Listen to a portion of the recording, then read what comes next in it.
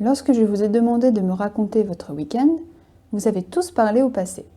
Ce qui est normal puisque vous avez parlé d'actions qui sont terminées, même s'il s'agit d'un passé récent. Il se peut même que vous m'ayez parlé d'actions qui ont encore des conséquences sur votre présent. J'ai commencé à trier mes jouets. Le tri n'est pas terminé, mais l'action ne débute pas maintenant. Elle a débuté dans le passé, pendant le week-end.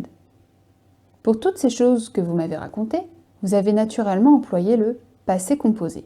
C'est bien, mais lorsque je lis vos productions, je me dis qu'un petit rappel sur la construction du passé composé s'impose.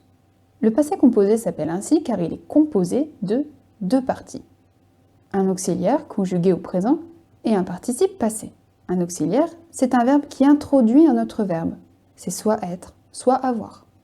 Si je veux conjuguer le verbe manger au passé composé, je vais l'introduire par un auxiliaire. Ce sera avoir, puis je vais ajouter le participe passé du verbe manger, qui se prononce de la même façon, manger, mais qui s'écrit avec un E accent aigu. En ajoutant des pronoms personnels sujets, on obtient j'ai mangé, tu as mangé, il, elle, on a mangé, nous avons mangé, vous avez mangé, ils, elles ont mangé.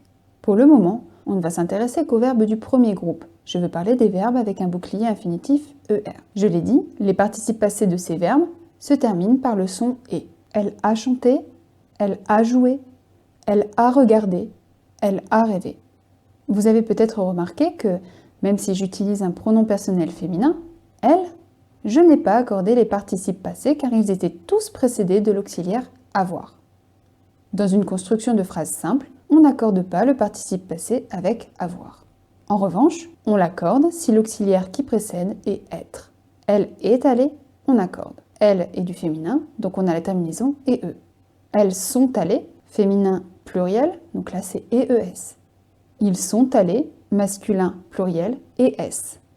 Plus tard, je vous présenterai d'autres cas où un accord avec l'auxiliaire avoir est possible, mais on va laisser ce point de côté pour le moment. Attention!